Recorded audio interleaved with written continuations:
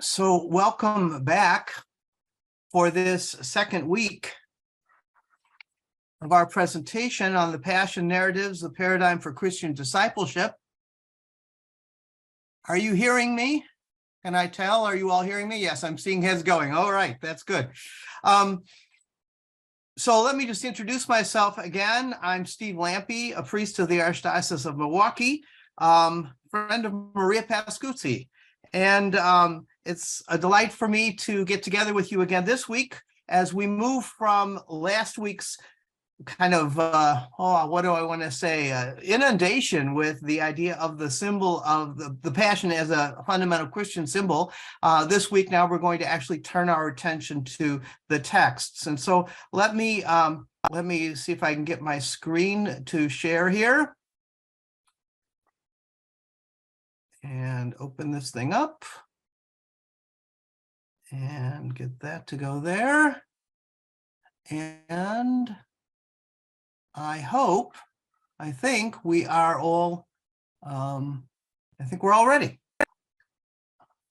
So you're all seeing what I've got up here and you are hearing me, yes? Am I seeing nodding heads? Okay, that must be good. All right, so last week, let me just review a little bit about what we did last week, and that was really to do a deep dive into this idea that the Passion is a central Christian image, and it's one that is hugely emotional for us. We're going to look at texts, but it also, we experience it through liturgical actions. We experience the Passion dimensions of it through art. We pray about it. Those of you who pray the Liturgy of the Hours, the hours are formed by this reality. So it invokes in us a wide range of emotions. And so that's really basically what we looked at last time. We looked at some music, we looked at some art, and other kinds of things like that. Today, now we're going to actually turn our attention specifically to the idea of texts.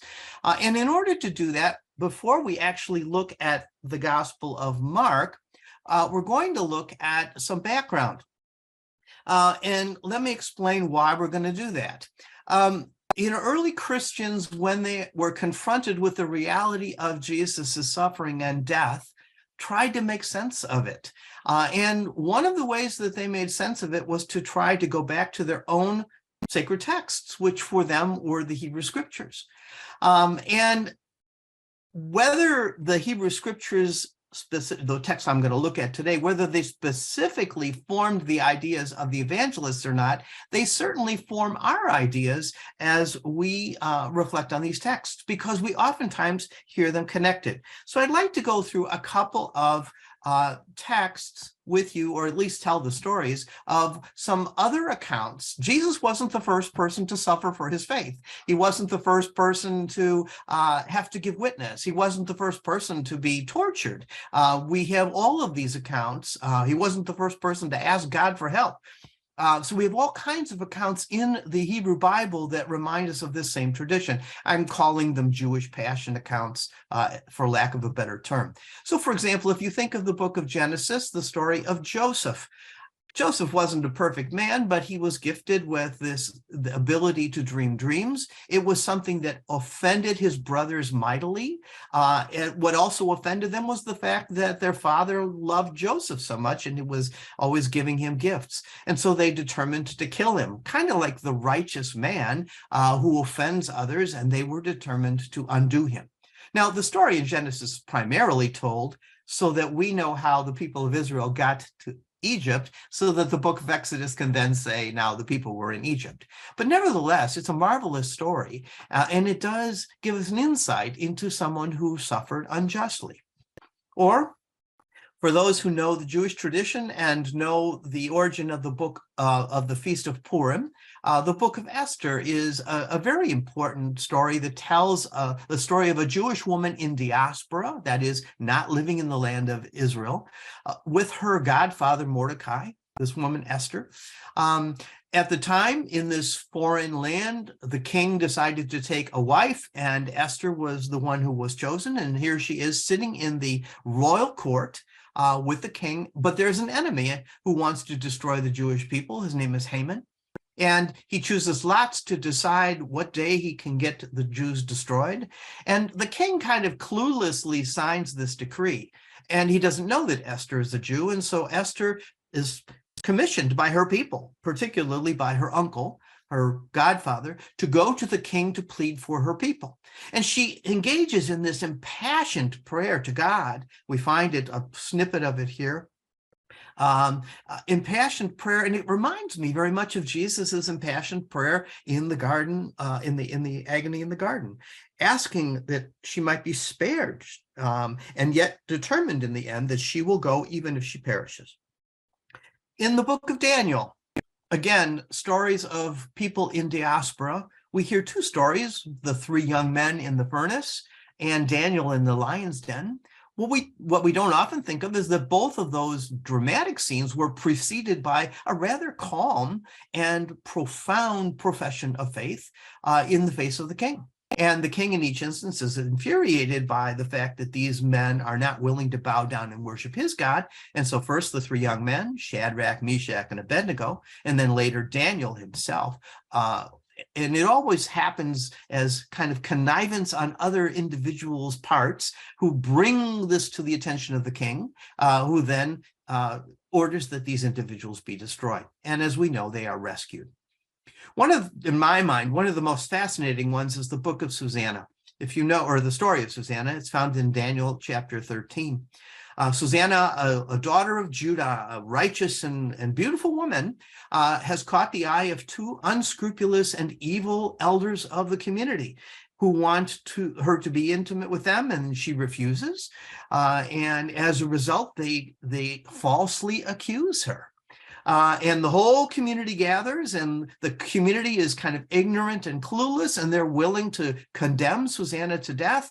And it takes Daniel to say, no, what's wrong with you, people of Israel? What's wrong with you, elders? You have been swayed by your lust and by your ignorance. And Daniel gives witness so that Susanna does not go to her death. And it reminds me of various elements in the story of Jesus where the envy of the leadership of the people want to do him in, and the people themselves are willing to go along with it, and they're kind of cluelessly ignorant, and it takes a voice to finally tell them, who is this that you're crucifying? And in the case of Jesus, we're going to hear that at the foot of the cross, a centurion declares when he sees how Jesus dies, truly this is the Son of God. So we see parallels with these. And then finally, the last ones that I want to bring to your attention is there are two accounts from the Deuterocanon. These are these extra books that are specific in our Catholic tradition. One of them is from the second book of Maccabees, chapter 7, the story of a martyrdom of a mother and her 7 sons who are committed to standing firm in their faith, and they're unwilling to allow their faith to be compromised, and they're willing to go to their death for this. And it's a very gruesome story. You think that that Jesus's beating at the pillar of the is bad? You should read this story because it's very gruesome. And yet they encourage one another because they believe that God will reward them. And it reminds me of Jesus's own resolve in the face of his own impending destruction. And then finally, the Book of Wisdom has 3 chapters, 2, 4, and 5, all of which reflect on the righteous one. And what's particularly interesting is that the unrighteous hate the righteous one because the righteous one serves as a kind of a rebuke to their way of life. And so as a result, they are determined to kill the righteous one. And they say to themselves, well, if God is on the side of the righteous one, then God will rescue him. And this is very similar to what we hear, the accusations that are thrown against Jesus as he is dying on the cross at Calvary. Now, those are certainly helpful as we think. The other thing I wanted to point out is that Paul of Tarsus, with his many letters, which all predate our gospel tradition, Paul was very much taken by the fact of Jesus's death. It was, in a sense, central to Paul's gospel. In fact, Sister Maria wrote a book that I used in a course that I taught some years ago called Paul's Windows on His Thought in His World. And this is a line from her book, which I think sums this up very well. She writes, 2 words, Christ crucified, summed up the content of the gospel that Paul said he was sent to preach. 3 words, for our sins, sum up the purpose of Christ's death. We have the fact, Christ crucified. We have the interpretation, for our sins. So central was this reality that it's found throughout Paul's letters. I wish I had time to look at those too. But it also influenced the early creeds of the church, those statements of faith that were fundamental to the Christian life. And most particularly, and you can see this on the right-hand side, one of the earliest apostolic traditions was the one by Hippolytus from 215 to 217. And we hear in there this line, or this section. Do you believe in Jesus Christ, the Son of God, who was born of the Virgin Mary by the Holy Spirit, has been crucified under Pontius Pilate, died and was buried, who on the 3rd day rose again, alive from the dead, ascended into heaven and took his seat at the right hand of the Father, and shall come to judge the living and the dead? You can see there that this central reality of Jesus's crucifixion under Pontius Pilate, his death, his burial, and his resurrection are all fundamental to the earliest Christian belief. It's also a bit expanded here, and we'll see that this plays a role later on when we hear talk of how he will sit at the right hand of the Father. And of course, the earlier part, which reflects on his incarnation. So with that then, with those kind of few little teasers, if you will, as we walk towards Mark's gospel, we're going to turn our attention now for the rest of this session today, looking at the account in Mark with a little bit of an introduction. So the first thing I need to start with is to remind you all that the account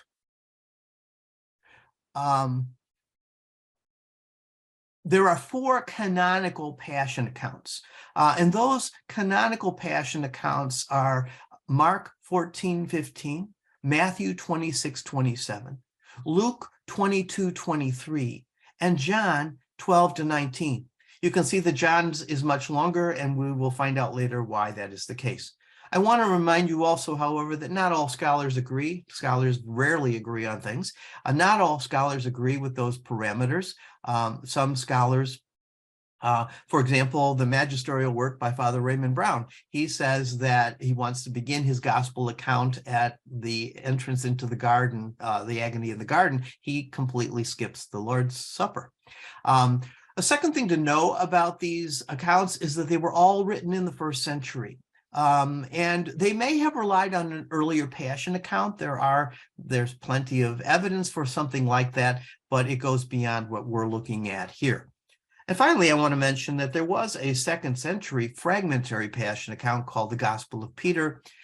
It doesn't really add anything to what we are looking at here, so I will skip it, but I wanted to at least mention it to you. So,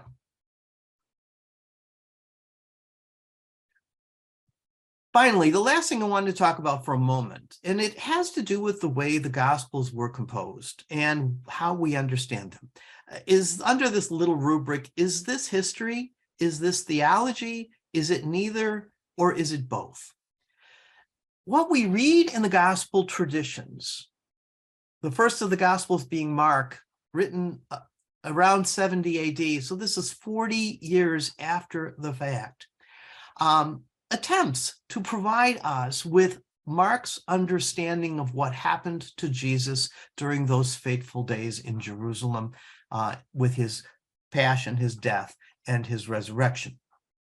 Clearly, Mark, Matthew, Luke, John, all of them are men filled with profound faith, who were very sincere in what they were striving to bring. They were all convinced that Jesus was the Messiah and many other things as well.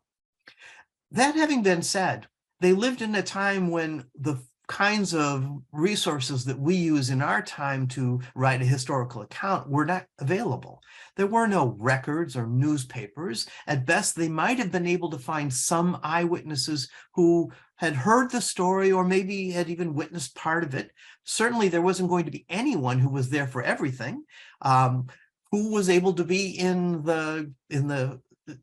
Pilate's chambers, or who was able to be at the Sanhedrin, who was able to be, we know that not many people were able to crowd near the place of Calvary. The disciples were not there.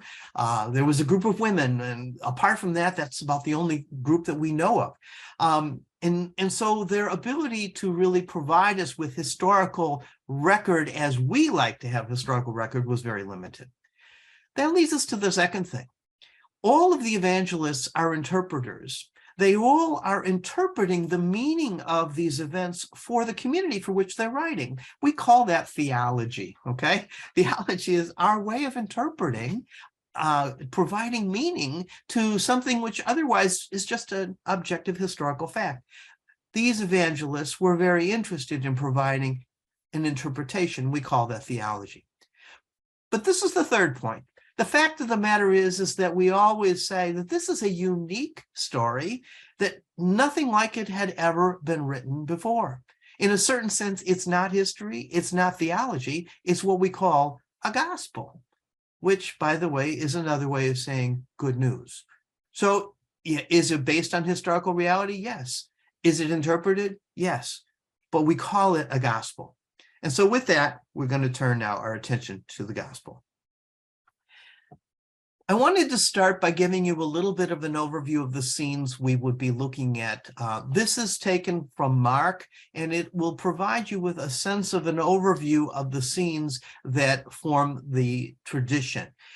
We will see these scenes repeated for the most part in Matthew and Luke. Sometimes they will be missing, sometimes they will be moved elsewhere, but all of these scenes in some way, shape, or form should play a role. You will notice that the first three of them, the triumphal entry into Jerusalem, the cleansing of the temple, and the conspiracy against Jesus by the Sanhedrin, are all in italics.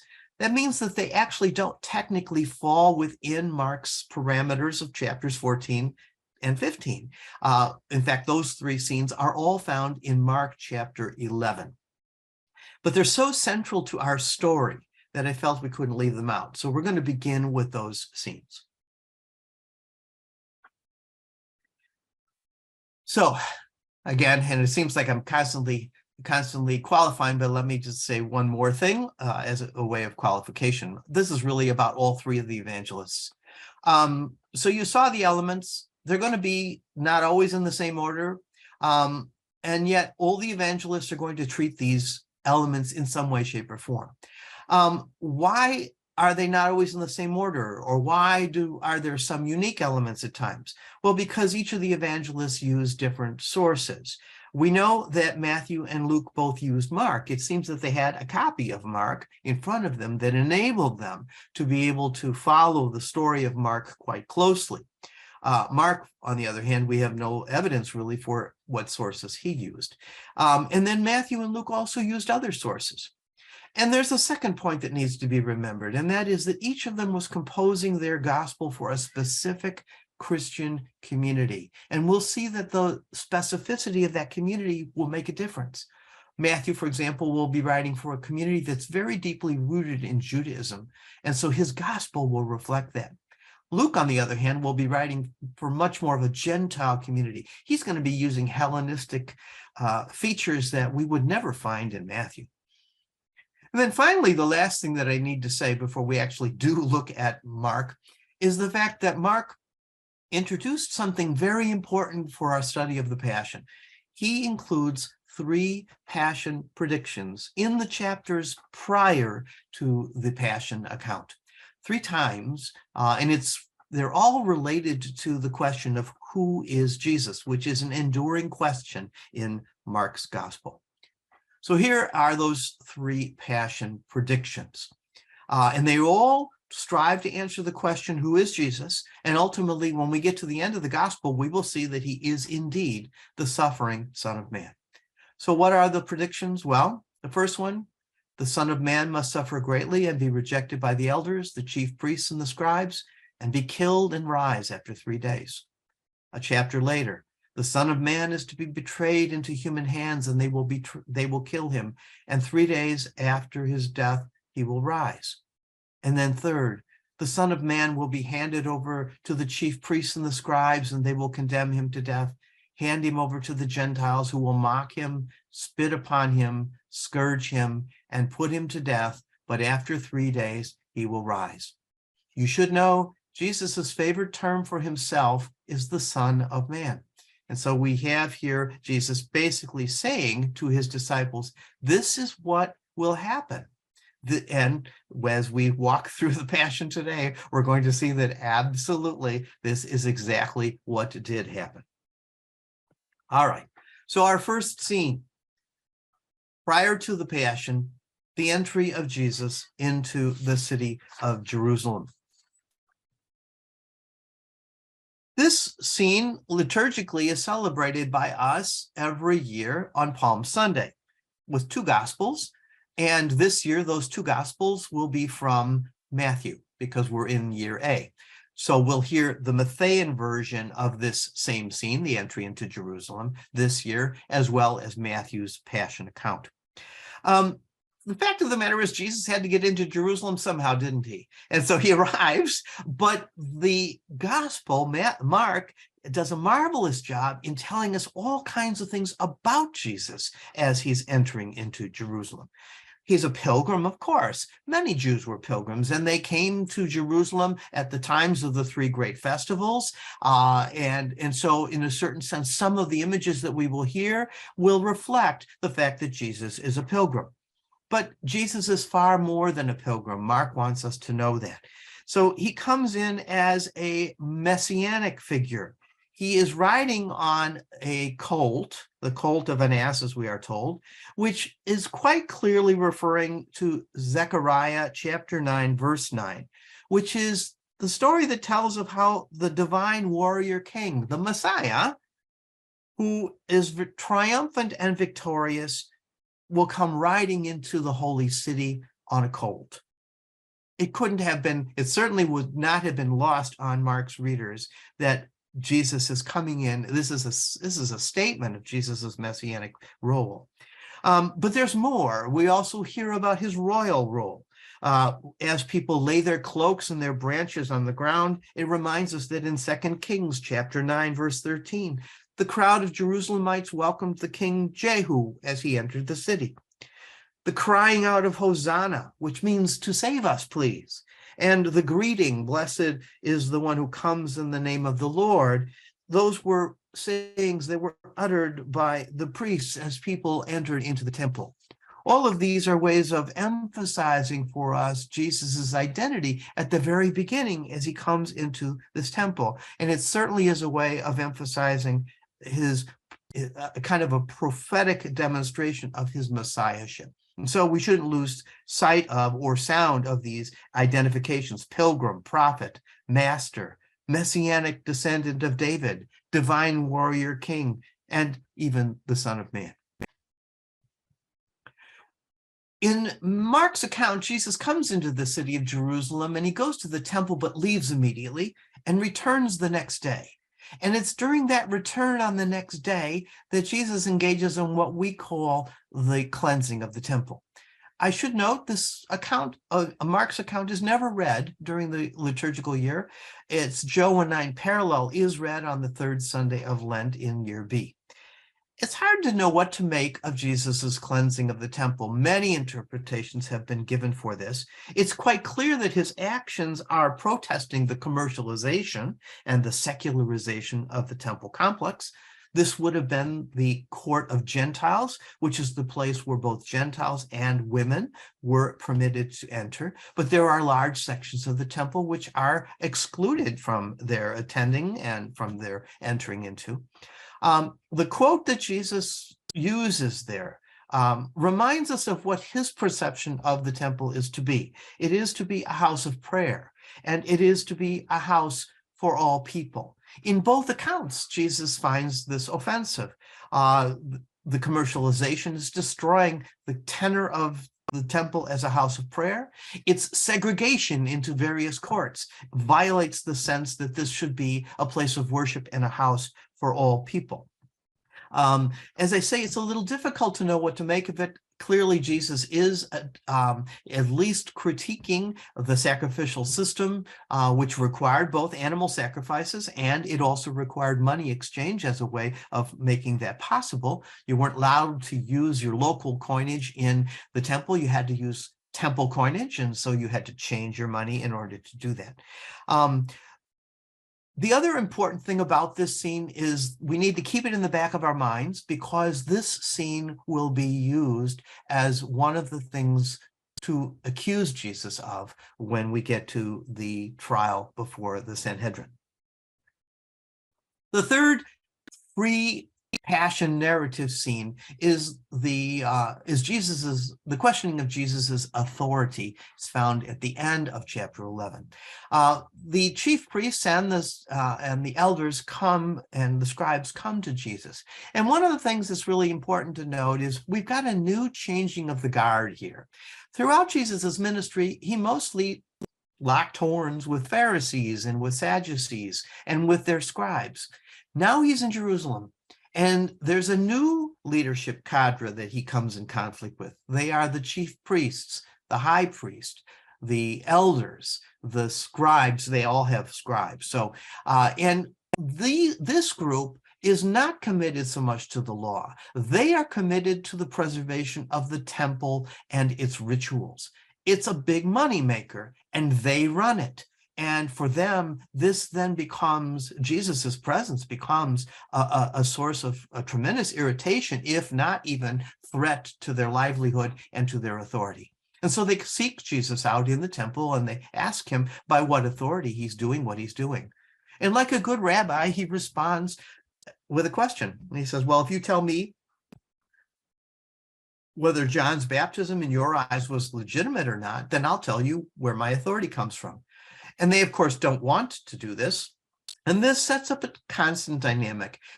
There's always an underlying issue with the leadership. They are angry, they're envious, they're threatened, they're fearful, but they never say that. They always present something else. And so in this particular instance, they will present their inability to determine as their answer, and Jesus then is off the hook. Jesus, by contrast, will always show himself to be transparent. He will always show himself to be truthful. And we're going to see that transparency and that truthfulness will go a long ways in developing his character as we move throughout our accounts. We now move 2 chapters ahead.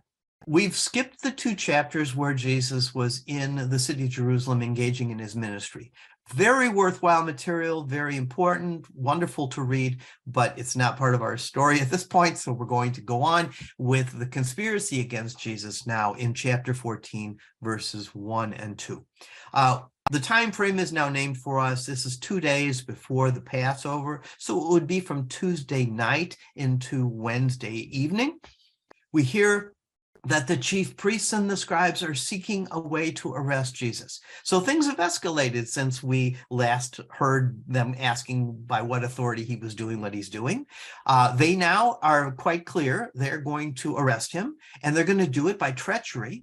And that's a very important little note there. They're going to do it by treachery because unspoken is the fact that there is absolutely no evidence against Jesus for anything. He is a completely innocent person here, but because they can't find any way to get at him, they're going to engage in treachery so that they could bring about his death. The other thing that they note is that they are afraid of the people. And they don't want a riot among the people, so their plan is to do this by subterfuge. While that's going on, in Bethany is a very important story. Actually, a story that is shared by all 4 gospel accounts, and a very important story because of all of the things that are packed within it.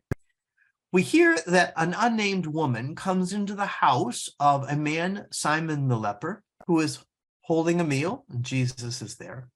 She takes a flask of oil and breaks the flask and pours the oil on Jesus's head. What's particularly, we'll get to the controversy in a minute, what's particularly striking about this, all four Gospels have the account. This is not Mary, the sister of Lazarus. This is not Mary Magdalene. It is not a prostitute. Any of these kinds of things, none of that is in the Mark account at all. She's simply an unnamed woman who comes in, and she pours this oil in an extravagant manner over Jesus's head. One of the things that's striking is that it's an anointing of his head. The head was commonly anointed, the heads of priests and of kings. And yet Jesus interprets the action as an anointing for his burial. This is really key. We're going to see this again. When we get to the end, when Joseph of Arimathea is burying Jesus, he doesn't anoint the body. It has been anointed. It's been anointed by this woman here. We'll understand why Joseph didn't anoint as well, but this is a really key point. It's also an opportunity for Jesus to begin to reveal himself as the defender of the vulnerable. Rather than joining others in the critique of the woman, Jesus comes to her immediate defense. It shows the opponents of the woman as being ingenuine. They're not really interested in the poor. They're not really interested in the extravagant use of oil. They're interested in critiquing Jesus and critiquing this woman. But they won't say that. They always will do it in a kind of an underhanded way. And so they attack her, and Jesus responds by defending her. She who has done this act of great compassion and love towards him. He also, in a strange way, defends the poor. He says, you have the poor with you always. You can respond to the needs of the poor when you wish, but don't lie about it as you are doing right now. This is a good thing that she has done. This should be praised. It should not in any way be condemned. And so we hear Jesus focusing on the good act of this woman, defending her against these unjust accusers, and even defending the general poor against being used in a kind of an improper way in their argument. If the woman's act was completely and totally open and in the public and an act of great love, we hear the opposite now in the next scene, which is when Judas Iscariot, who we are told is one of the 12, which makes it all the worse because it's one of the intimate ones of Jesus, goes to the chief priests and inquires about how he might cooperate with them. They, of course, are delighted. They offer to pay him. And this sets in motion then. And how is it done? It's all done in secret. In contrast to her openness, this is now all done in secret. And it in a certain sense, it kind of lumps at least the betrayer in the midst of Jesus's group, the disciples, together with the chief priests and the scribes as a group that they are willing to do anything they can to arrest and destroy this innocent man. We're going to skip the scene underneath it. The one about the preparation for the meal is nothing of great import there. But we then turn to the meal. The disciples are gathered together with Jesus in the upper room. And in Mark, he begins before the meal by mentioning that one of them will betray him. We should note that the word betray is an unhelpful English word. The word actually means to hand over. So in essence, Jesus is saying, one of you is going to hand me over. It doesn't necessarily have the same level of betrayal, the emotional betrayal that we sometimes associate with the English language, but it clearly aligns the one who will do it as not being in line with Jesus. It may well be echoing Psalm 41, verse 10. Even the friend who had my trust, who shared my table, has scorned me. And in a sense, by handing Jesus over, Judas is scorning Jesus's mission. Judas obviously is still at the meal at this point. But the other thing that's important about this scene is the fact that we now, for one of the first times, hear a very specific reference to the divine plan, which, as we're going to see, is undergirding all of what is going on. Jesus points out that the Son of Man will go as it is written of him. He had predicted his demise earlier. Now he's beginning to bring this back up as part of the explanation for what is going on. And then I would contend yet one more instance of his concern for defending the vulnerable, if you will. He even shows a bit of sympathy for the betrayer by saying, woe to that one. It would be better had he never been born. That brings us then to the Lord's Supper. One of the striking things about the meal is the fact that although it is called a Passover supper, none or very few of the elements of the Passover meal are present.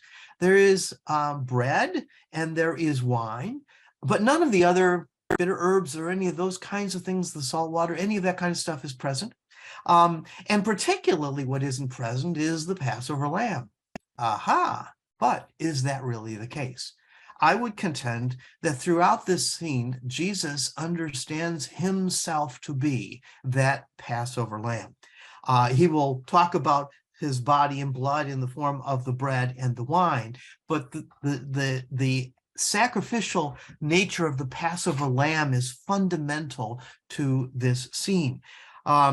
It's important for us Christian Catholics to realize this is not Eucharistic theology being developed. Rather, Mark is pointing to the action of Jesus as that which will soon take place on the cross. So he is, in a very real way, pointing to what he will fully complete in the next 24 hours. So he takes bread, passes out, does what is typical at a Jewish meal. You bless, you break, and you pass out. And he does the same with the cup. And it is important to note that all who are present, and that includes Judas, we've no word that Judas has left the meal, they all participate in this. And it's at this point that I would particularly point, you see the idea, this is the blood of the covenant. Some translations say even the new covenant, which will be shed for, and you see they're all/many, and I'm going to talk about that designation in a moment. But I really want to point out first this idea of how important the role of Jesus as the Passover lamb is. The Passover lamb, as we'll look at next session, was sacrificed, and its blood became a symbol of liberation and freedom. And it was also, blood was also used to seal the covenant. And here too, Jesus is liberating, literally, he will be liberating his disciples, those who believe in him. In another place, he'll talk about being a ransom for all. And so the symbolism of the lamb is very powerful, even though there is no lamb present other than the one who is seated at the head of the table. And his blood sprinkled will ratify a new covenant, the formation of a new covenant people. Now, and you'll notice there that I have written down shed for all/many. The word in our English translation is many, which has now entered its way into the Roman Missal. In the Greek, it also uses a word for many, but I have to take some exception to this. In our English language, the word many often implies not all. But in Aramaic and Hebrew, that meaning is not used. It doesn't include that sense.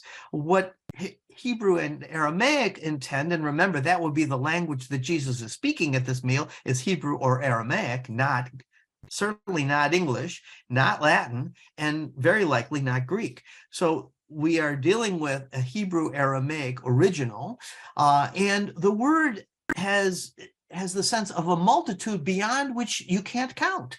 So in other words, it's a euphemism for the word all. So even though you will see the word many in your translations, I would argue that it really is a word implying all. Also, if you need further proof of this, look at Romans chapter 5, and you will see Paul makes reference to this numerous times in his concluding statement about it all is that Christ died for all. and he makes no bones about it. And so this is it would be ludicrous for us to think that Jesus didn't intend his sacrifice to be for all humankind. One thing I wanted to just emphasize, final thing about Jesus at the supper, is that he also increasingly takes on he's capable of being the lamb because he's the innocent one. He's the unblemished one. He's the one who is able to shed his blood because of his innocence. Leaving the meal, the disciples leave and make their way to the garden, to the Mount of Olives first, which is a significant place. In Zechariah 14:4, it is said to be the place where the final battle for all of life will take place. And Jesus announces as they're going out that this is the hour. And he begins with an image. He says, the shepherd will be struck and the sheep will be scattered. In doing so, he implies that he, the shepherd, will be struck, and that will result in the scattering of his sheep, the disciples. As is very typical, Peter rejects this and goes on to say that this cannot be, that he and they would never be scattered, and that they would never abandon Jesus. And it's striking because Peter earlier in the 8th chapter of Mark was the one who, when Jesus said that he would suffer, he said, no, you can't suffer. So Peter is constantly rejecting Jesus's prophecies. And as we will see, the prophecy will, of course, come true. It leads then to the agony in the garden, which in Mark's version is the most human and most painful of all of the versions of the agony in the garden. Jesus moves to another section of the Mount of Olives, a place called Gethsemane, which is where olives are pressed. And at that point, the fullness of his human fear and the fullness of his human dread becomes manifest. He separates 3 disciples from the rest, asks all of them to pray and to watch and to wait, and then moves a little further himself and falls to the ground. Literally, it says he falls on his face to the ground and he pleads with the Father that all things are possible, take this cup away from me. But he adds the line, but not what I will, but what you will. He uses the word cup as the metaphor for his suffering. And in speaking these words, he is speaking as any biblical petitioner of God in a desperate strait would. He prays that God can spare him from the impending doom. And yet he also places it, ultimately, he turns it over, and we'll see this even more developed later. He turns it over to God. He has presented his position, he's cried out, he's turned it over to the Lord, and he allows the Lord's resolution to take hold in the end. And what's striking, he's back and forth 3 times in the account. And even here, again, he is noticing the vulnerability of his disciples. He explains it by saying that their spirits are willing, but their flesh is weak. And then as prophet, he concludes by saying, well, the Son of Man is now being handed over to sinners. So he fulfills the passion prediction that had been mentioned earlier in the account. This leads us then to his actual arrest in the garden. Judas comes, greets Jesus in a friendly manner, which is so infuriating. It's just such a huge symbol of betrayal, of really scorning his friend, and they seize Jesus. There is a little kerfuffle in the garden. A bystander, we are told, not one of the disciples, but a bystander, strikes out with a sword and injures a person there. Jesus responds not with healing, not in this gospel. He responds by simply pointing out the absurdity of it, that this huge crowd with swords and clubs have come to seize him who is alone with these 11 men. And he points out the irony of it, that he was every day in the temple and yet no one ever seized him when he was there. And so they lead him away. He's brought before the Sanhedrin. It's a night trial. And from the very beginning, Mark's not a very long account, but from the very beginning, it's clear that this is an illegitimate and completely illegal trial. They come up with no explanations. We hear that people are offering various accusations. Nobody is corroborating anybody else's accusation. It's all really basically a trumped up affair. There is no reality, and Jesus really doesn't participate. He doesn't respond to anything. The only charge that is raised is that he would destroy the temple and raise it in 3 days, and yet even that isn't quite clear. What do they mean by that? And Jesus refuses to answer. Remember, he is transparent. He speaks truth, and that comes clear in the next moment. The high priest finally turns to him when they're getting nowhere, and he says to him, "Are you the Messiah, the Son of the Blessed One?" Now, throughout his ministry, Jesus had always refused to identify himself as Messiah, and he never identifies himself as the Son of the Blessed One or the Son of God. The demons did, but he never did. And Jesus responds as the truthful one, "I am." Finally, now it's clear he's going to be the suffering Messiah. There's no doubt about it. And so at this moment, he now identifies himself for who he truly is. He is the suffering Messiah. And he is the Son of Man who will be seated at the right hand of the power. And remember, I told you earlier in those creedal statements that that's always part of the creedal statement, that Jesus, after his resurrection, will be seated at the right hand of the power.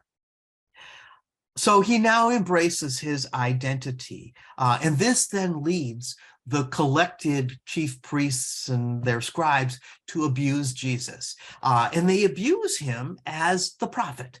They say things like, well, if you are the prophet, tell us who, they blindfold him. If you are the prophet, tell us who hit you. They're making a mockery of his role as Messiah and his role as prophet. We're going to see this repeated by the soldiers of the Roman guard. While all of this is going on, parallel is the story of Peter's denial. It's a pretty straightforward thing. Jesus prophesied that Peter would deny him 3 times, and that the cock would crow after the third denial for a second time. And Peter, of course, hears this, realizes what has happened, and we hear he breaks down and weeps. At this point, having beaten up on Jesus, having gotten him to admit that he is truly the Messiah and the Son of God, in his estimation, they bring him before Pilate. And just as the leadership couldn't understand Jesus as Messiah, Pilate will be unable to understand who Jesus is as the King of the Jews. He starts out right away by saying, "Are you the King of the Jews?" And Jesus kind of quasi-affirms that you say so. Why quasi? Well, in contrast to his messiahship, his kingship is even more difficult to comprehend. And so he doesn't affirm it in the same way that he affirmed his messiahship. And Pilate continually seeks to understand this. He keeps coming back to Jesus while having the leadership shouting at him all these accusations against Jesus. We don't hear any of those accusations in this account, but they are shouting their accusations, and Pilate is intent on finding out, are you really the King of the Jews? And to this, Jesus, after saying you say so, basically remains silent. He doesn't respond. As a result, Pilate, kind of in desperation, finally presents the crowd, the leaders and everyone, with a choice. And it's at this point that a really interesting dynamic begins to emerge, and that's the dynamic of silence and contrasting reality. So here, Pilate says, would you prefer Barabbas, read in quotation marks, a criminal who is clearly guilty, or would you prefer Jesus, who is innocent? I found nothing about him that would lead me to condemn him. And it screams loudly that Jesus is innocent, but it is Barabbas who is chosen. And so the very choosing of Barabbas proclaims even more loudly through its silence and through its contradiction that Jesus is truly the innocent one. With that, then, Pilate hands Jesus over to the Roman guard. Just as the chief priests and their scribes mocked Jesus as prophet, the Roman guards mock him as king.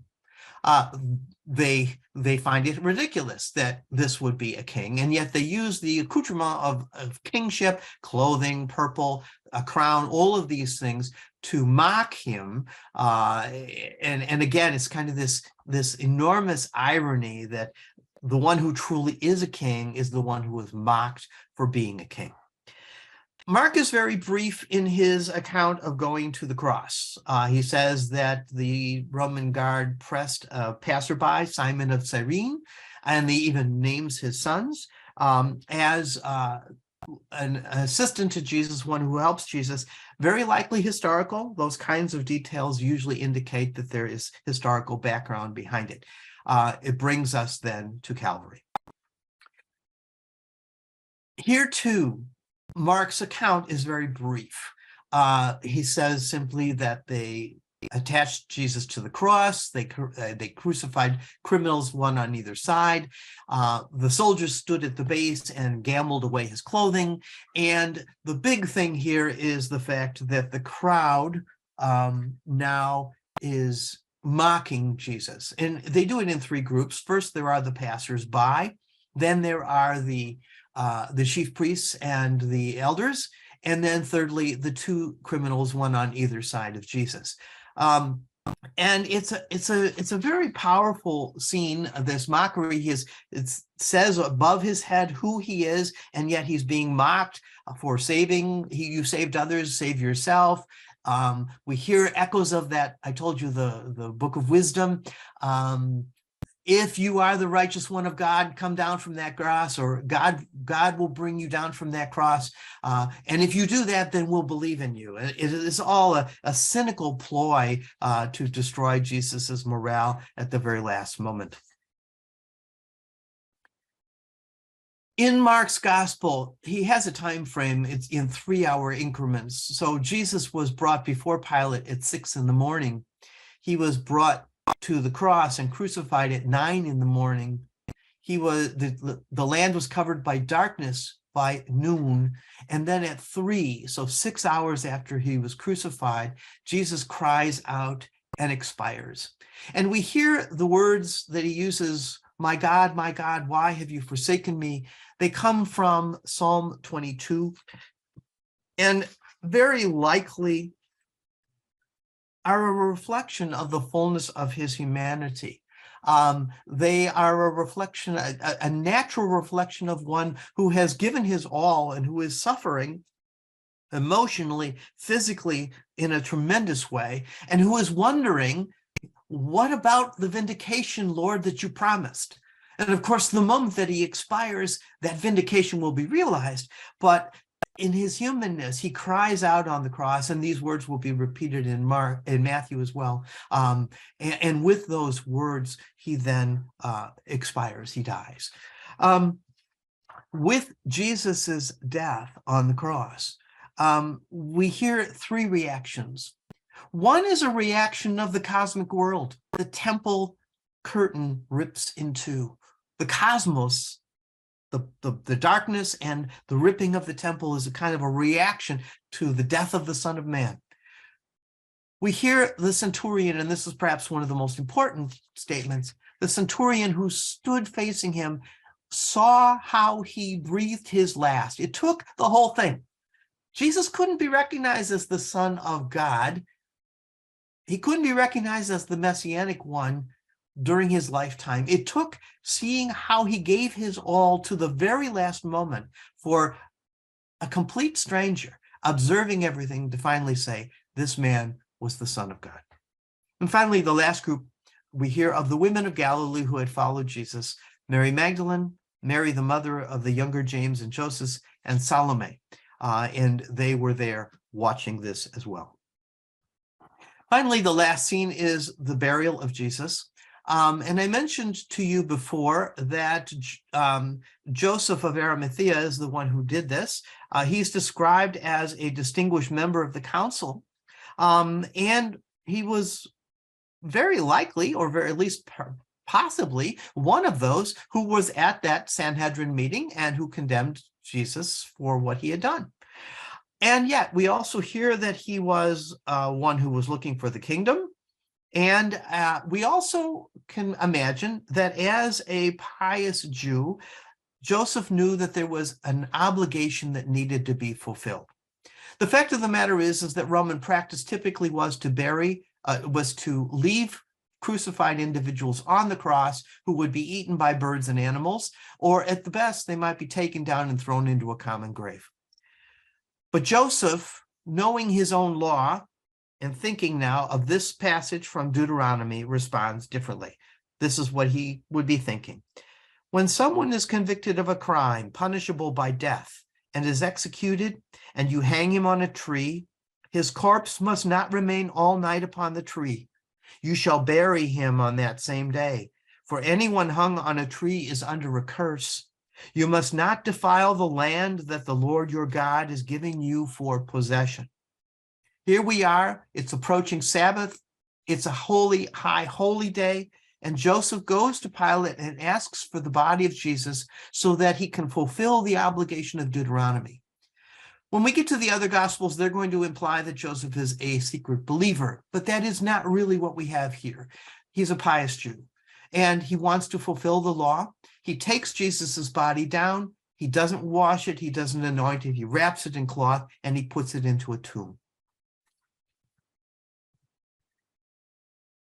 So what then have we learned about Jesus's mission? Well, I have a couple of statements that I'd like to make about him. First of all, I think you can tell how powerful the passion predictions were throughout.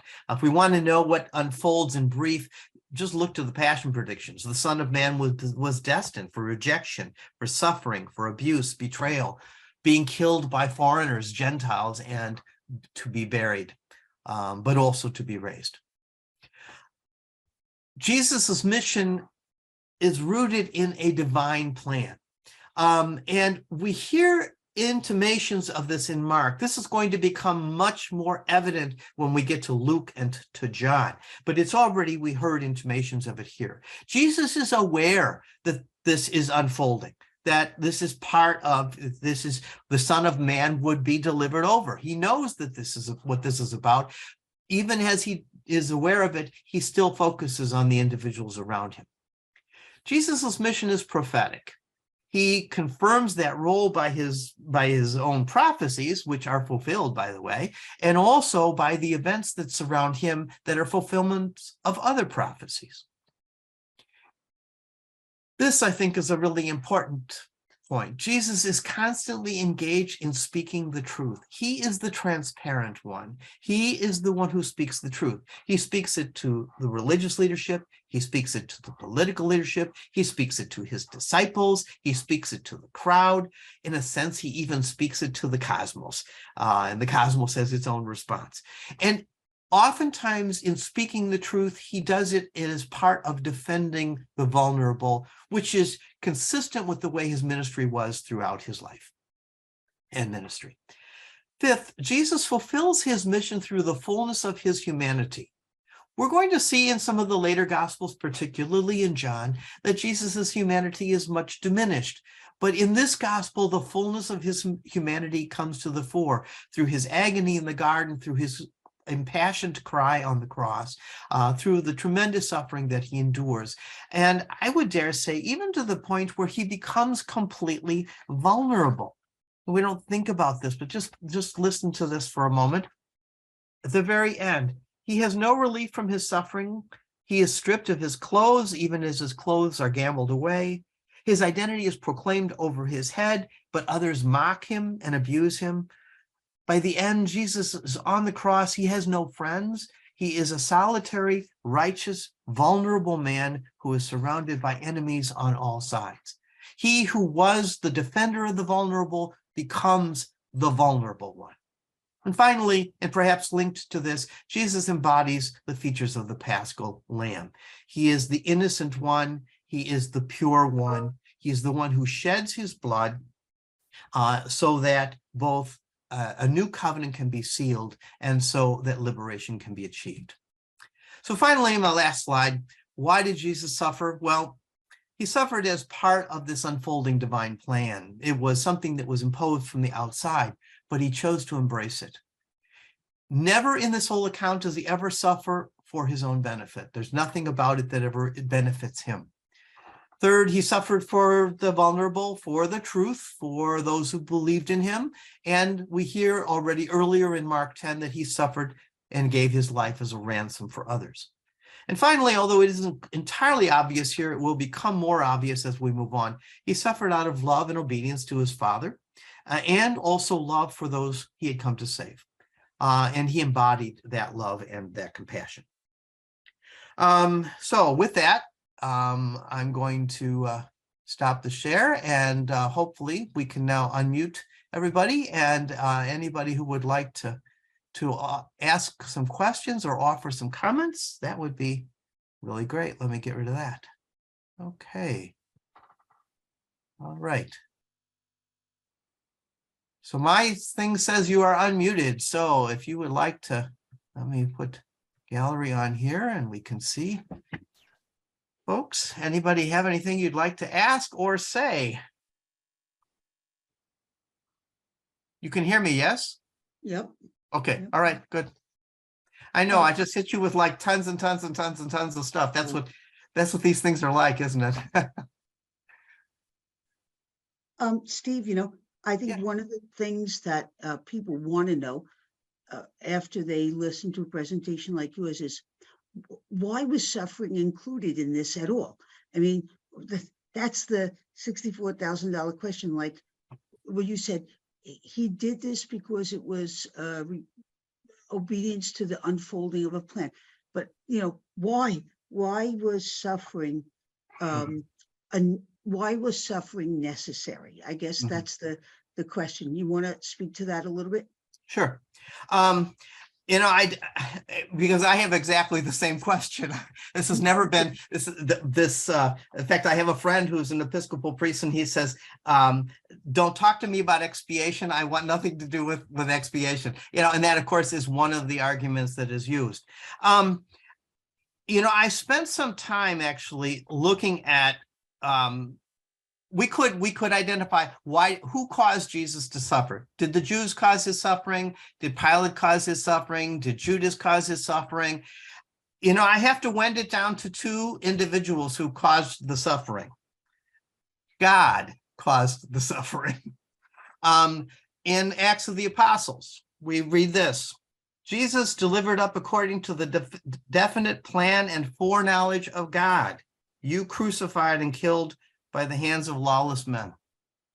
In another place, in 1 Peter, he was destined before the foundation of the world. Another one in Acts of the Apostles, the plan was predestined to take place. And then, and this is even more confusing, Jesus himself participated in it. And this is particularly found in, for example, in Ephesians. As Christ loved us and gave himself up for us, a fragrant offering and sacrifice to God. Or Jesus in Matthew says, even as the Son of Man came to be served, not to be served, but to serve and to give his life as a ransom for the many. And I could go on. There are lots and lots and lots of passages like that. And it is one of the questions that we're left asking is why is that God's plan? And I would contend, I don't know that after just looking at Mark, we're actually at a point where we can say this. One of the things I'm going to say, for example, when we get to John, is that it's clear that Jesus believed that through what he was doing was offering to all who believe in him a participation in the very God life that he shared with the Father. so it's not this idea of expiation. It's not this idea of the fact that God is angry and so Jesus has to die in order to make God not angry. Or it's not even the Pauline thing of, Jesus dies so that he can conquer sin and death. When John talks about it, he talks about it as this, as he shares life with the Father, those who share life with him through what he has accomplished for them will share life. And that's why he uses the image of, I'm going ahead of you to prepare a place for you so that where I am, you also may be. So it's a profound sense of communion. That's why he suffers in John. But I'm as in a certain sense, as struggling with this question as all of you are. So if anybody has a thought on it, leap in.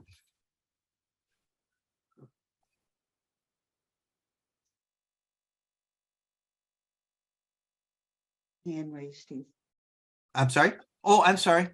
Steve? Karen has her hand raised. Okay. I don't know if it's a question or if I want to ask you to expand. It was that fifth thing he did. He fulfilled the fullness of humanity. Right. That means could you just expand Sure. on what, because that's a word we use a lot, but I don't always Right. know what you said it was. Okay. One of the early struggles in Christianity was Jesus fully human? Was he fully divine, or was he both? And of course, what we say is he was both. Not all of the Gospels reflect that humanity in the same way, and some actually minimize it. So when we get to John's Gospel, Jesus doesn't need Simon of Cyrene to carry his cross because he's capable of doing it. Mark is the best at really inviting us to enter fully into the humanity of Jesus. That is, in my contention is that there have been some who have said the reason he refused to drink the wine was because he wanted to enter into the fullness of human suffering. I think that's kind of cuckoo. How much more into the fullness of human suffering can you enter than to say yes to doing this and to actually experience it? So, I think it's important for us to realize that what he experienced both physically and emotionally was a true and human suffering. It will be minimized when we get to some of the other Gospels. But in Mark, which is closest historically to the event, okay? So it's the earliest account, apart from the Pauline witness, it's the earliest account. And I think it's part of what leads to this profound noticing of the vulnerable around him, because he knew what it was to be vulnerable. And in the end, of course, when he's completely vulnerable, he, in a certain sense, embodies vulnerability itself. So he not only experienced it, but he understands what others who are completely vulnerable are going through as well. Did that answer your question? Yes. So in some ways, fullness of humanity and vulnerability are hand in hand. Yes. Yeah. The fullness, we say about him, the only thing that he didn't experience as a human person was sin. But that doesn't exclude temptation. Okay. So the fullness of what we experience as humans, and I would contend in Mark anyway, and Jesus even says this is the gospel where he says it, no one knows the hour, not even the Son, but only the Father. He's the only one who knows the hour. Jesus he's kind of walking blind in some of this, because that's what human beings do. We think we understand, but we don't fully understand. And so he's this model of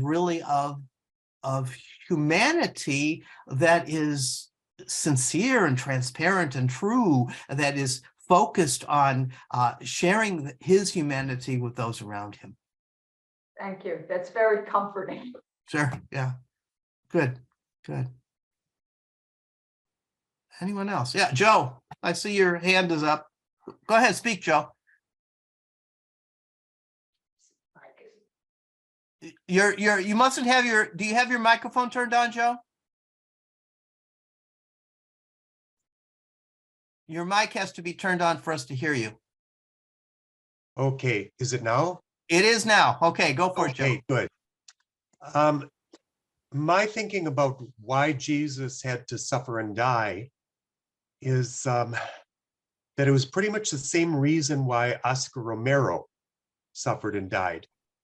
And that the message that Jesus lived and preached about the reign of God or the kingdom of God was such that it infuriated the powers that be in politics and in economics and in the religion.